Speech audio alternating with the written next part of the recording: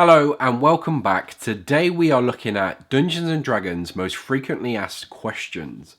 Now what I've done is I've grabbed some from friends that I've seen on Facebook recently, which is what gave me the idea to do this. Then I've gone around on Reddit, found your most frequently asked questions.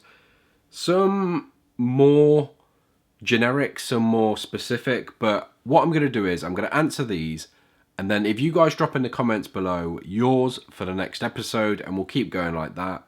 I'll try and find more online as well, just to answer any questions you might have but can't find the answers to. So in the first episode we're going to start with my friend's question, which started the whole thing, which said, okay, by the way, I'm looking at my iPad down here, so if you see me glance over, that's why.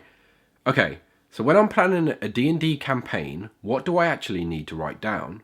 Now, if you've never played Dungeons and Dragons before, it can be kind of overwhelming, having to create a world, characters, a setting, NPCs, story, just there's so much that goes into it. You've not played it before, you don't know how it unravels. It can be daunting. So in this scenario, I would say plan out your story, plan out beats for it, parts that are going to happen, maybe things that crop up, but you need to be able to adapt.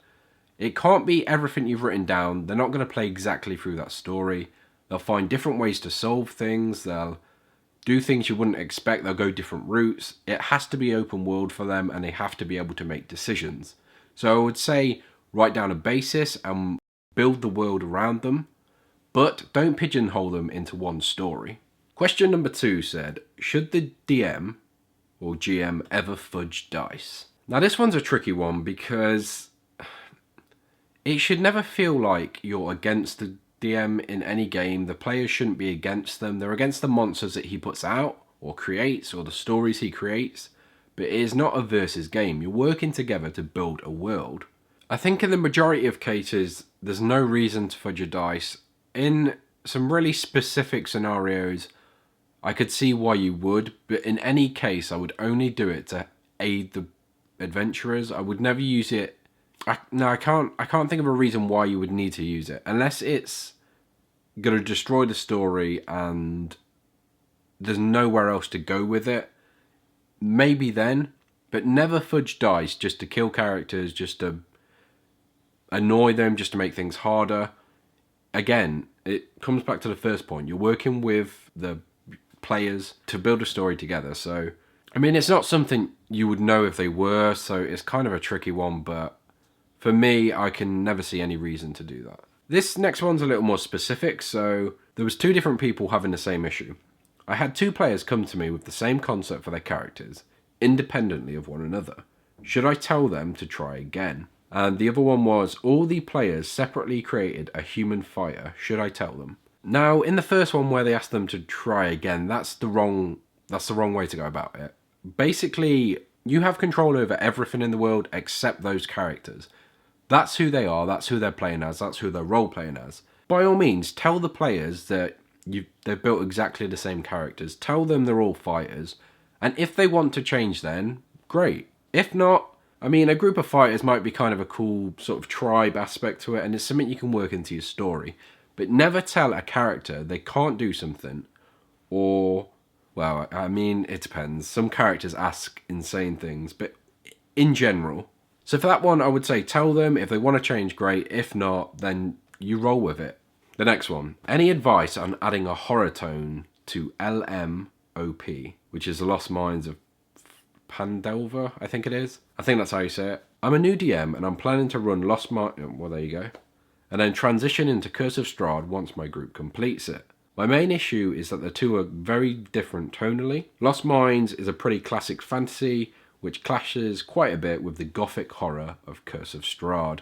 So this is kind of an interesting one. Joining up modules, some DMs could just go with it, but I do agree there is a massive difference in the Lost Mines moving into Curse of Strahd.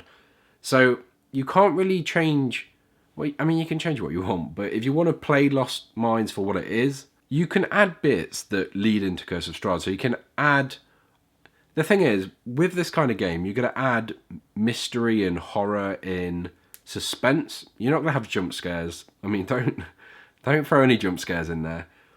But what you could do is, for example, have villagers, or I'm trying to think of the Lost Mines module. There is a town in it, so you could have those townspeople interact with Curse of Strahd, so interact with vampires, talk about vampires. Maybe every shop they go in is sort of sheepish and there's garlic hanging up and stuff like that, just to introduce that kind of horror aspect to it. You can have the NPCs and other characters in the story act scared, and that sort of adds the horror for their characters as well. They wonder why they should be scared, what's been going on. Maybe even some of the monsters they find are already dead and they've got bite marks in them. You can almost take parts of Curse of Strahd and put them into the Lost Mine, do little modules from that inside of it. There's a lot of ways you could go about it, but that's a really interesting question. I like that one. Now this next one this goes against everything I've said so far. So how to kill a PC was the title. I'm a new DM and I'm wondering how you can kill players. Don't get the wrong idea. I don't want to brutally kill PC all the time, but my players haven't had a death yet, and I feel as though it will make them more careful in their adventure instead of running headfirst into combat. Don't do it. You're not trying to kill your PCs. Whether or not they're kicking ass and they're just charging headfirst through everything, maybe talk to them and suggest, or maybe give them puzzles and ways they can't fight their way out of it. Take their weapons, throw them in an arena, make them work things out, not just with brute force. Definitely don't just kill one. I think the mindset of this DM, he says he's a new DM, is sort of off. You shouldn't be trying to kill your players. You never want to kill your players. If it happens, it happens. Like, don't stop them from dying. There should be consequences for what they do. But I would never say aim to kill the players.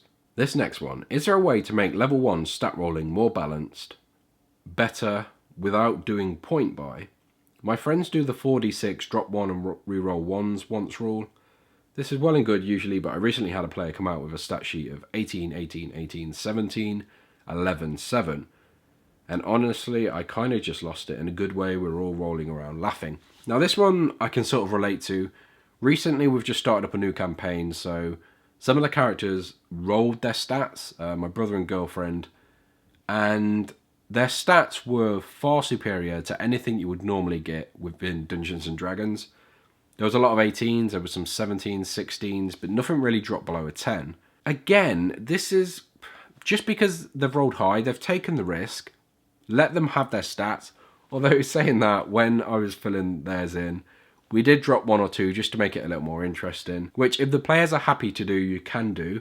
But never force a player to do something. Again, they've taken a chance, they've rolled dice. They could have easily got 10, 10, 10, 10. But they've got 18s. So they deserve that in that aspect. And having super strong characters isn't as big a deal as you think. It's, for example, in a lot of cases, it's just +1 to a roll. It's not going to change the game. I mean, they'll be a little stronger than other characters, yes. So I would say the characters that rolled higher, maybe prioritise the other characters in terms of gear and loot. So a powerful weapon or armour for the other characters earlier than the others. But in general, it's not going to make a massive difference. So there are all the questions we have for this episode.